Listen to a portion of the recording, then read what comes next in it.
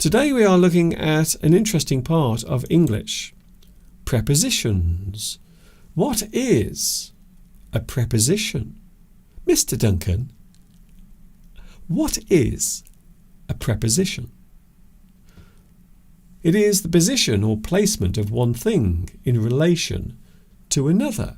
Quite often in grammar, when we are explaining or expressing something, quite often a situation or something we are trying to explain to another person, we will often use prepositions. The placement of an object compared with another thing. We often use prepositions to describe or explain or express where those things are. One thing in relation to another. Where are those things? You might go into the room of your friend's house, maybe one of the rooms, and you are trying to find something in that room. The person might explain to you where that thing is using prepositions. We can use it as a direction, as position, to show or express where one thing is. It might be in a particular place. A word governing and usually preceding a noun or pronoun and expressing a relation to another word or element in the clause. So when we talk about clauses, we are talking about those grammar rules, how sentences are constructed, how the words go together. And quite often there are certain clauses, things that relate to something else in the sentence. Prepositions are a very good example of that particular form of clause in English. There are many prepositions that we can use. For example, you might say, the man on the platform. She arrived after dinner. He hid under the table. These are all prepositions. We are showing the position of something whilst observing the grammar rules. The basic words used to show preposition are, and there are quite a few of them, these aren't all of them. So this is not an exhaustive list. There are others as well. But these are, I would describe these as the most common prepositions. We have in, on, under, over, before, at, up, down, by, near, above, beneath, opposite, and into. So these are all common prepositions that are used almost all the time. In fact, I would imagine if you have been practicing your English today, I would imagine that you have used lots of prepositions already today. The preposition grammar. So we are looking at the rules of prepositions. The preposition grammar puts one thing with another in a certain place, position, or time. So quite often when we express things using prepositions, we are often referring to place, a place, somewhere. Place can also be position, where something actually is. So you can have your place, your position, also space as well. Space. Prepositions will often express how things are, where they are positioned in a certain space. Time as well. is often expressed using prepositions and arrangements. How things have been placed. We will often use prepositions when we are expressing those particular things. For example,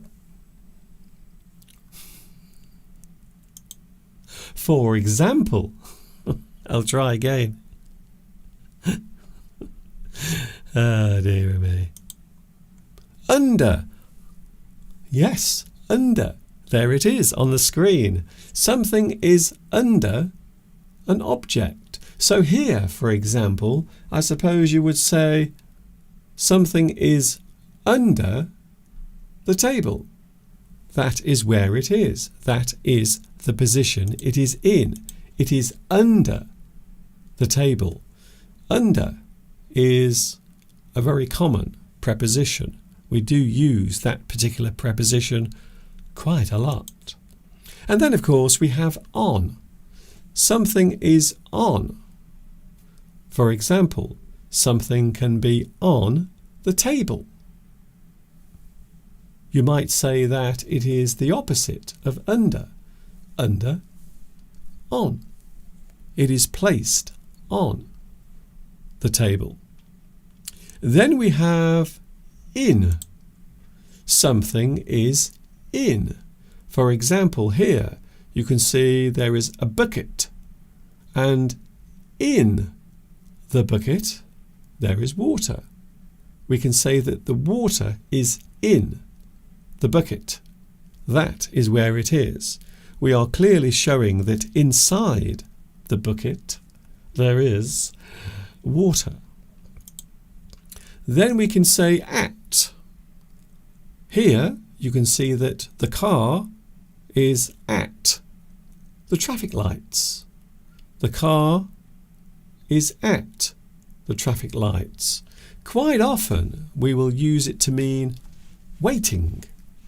Waiting. So one thing can be at another thing, normally in the sense of waiting. So the car is waiting for the traffic lights to change. The car is at the traffic lights. Look at this guy. He's a very busy man. He is at the moment fixing my roof. I have a lot of holes in my roof for some reason. This man is up a ladder. The man is up a ladder. He is near the top. He is near the top of the ladder. We can also say on as well. So you can use more than one preposition to describe where this man is. He can be up the ladder or he can be on the ladder. Another one now using in. In the bottle there is soda. In the bottle there is soda. Inside the bottle. So what is in the bottle? Soda is in the bottle. That is what is contained inside it. We are using a preposition to show that. Then we have beneath. For example, you might go beneath the ocean waves. If you go beneath the surface of the ocean, you are going under water. So here you can see that the diver is beneath the waves or beneath the surface. Not above, not at, but beneath. Again, a very good use of prepositions. Here's another one. You might be flying through the sky gently in a balloon. You might be above the clouds. You are above the clouds. To be above the clouds means that you are high up. The clouds are underneath. They are below you. You are above the clouds. You are high up, above. Once again, it is another preposition. This man is up a hill. You can see that he is going up the hill.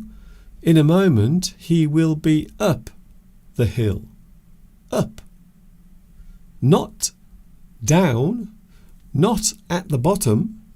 He is up. He is running up the hill. He is going up the hill.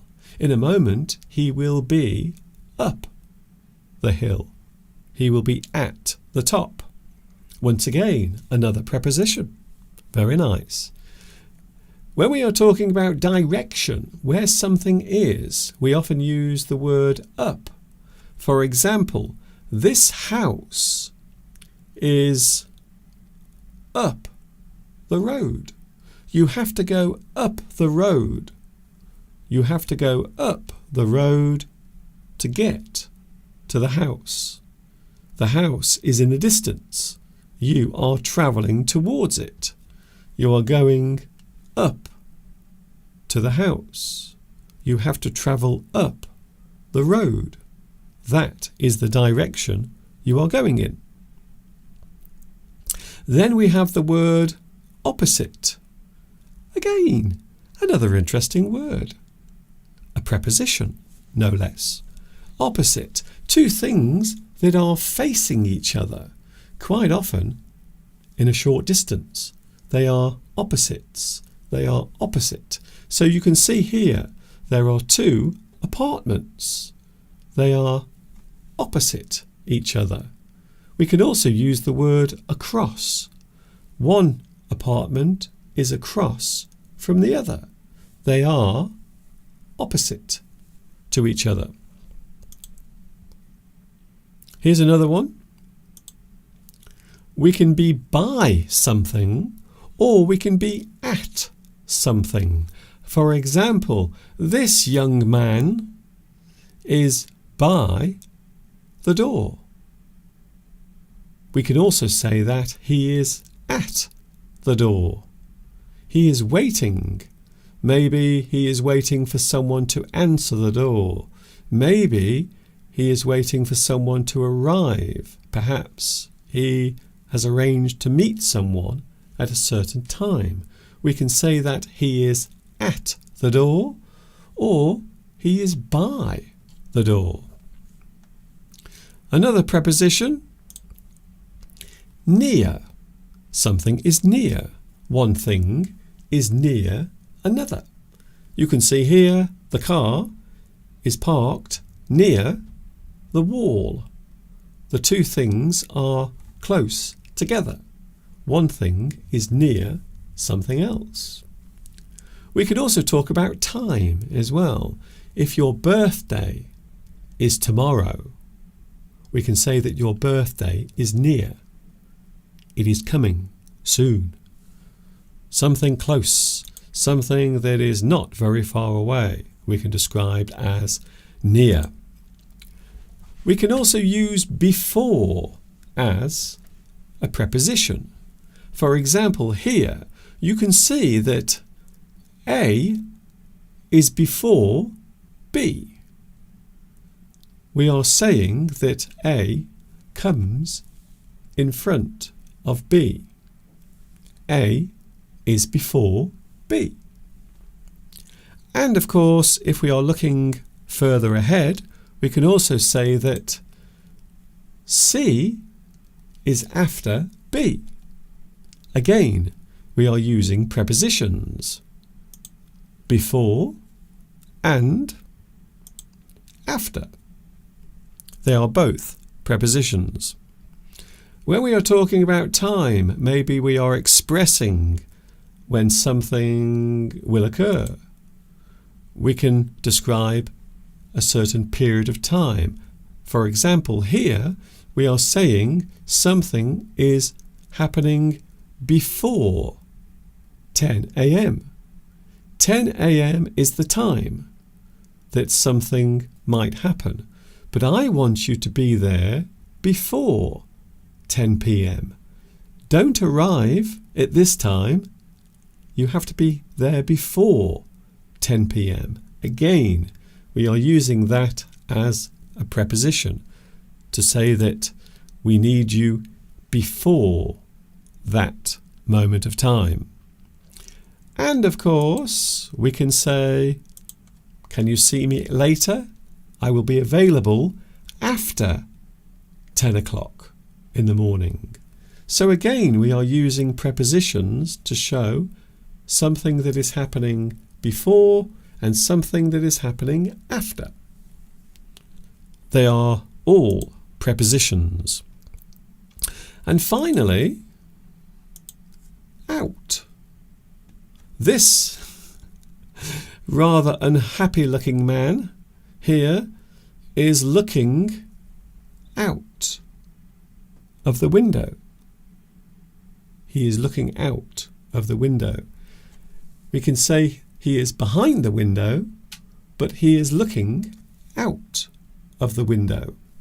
I suppose also we could have the opposite as well, because we are looking in the window. So we are looking in the window, and we can see the man looking out of the window.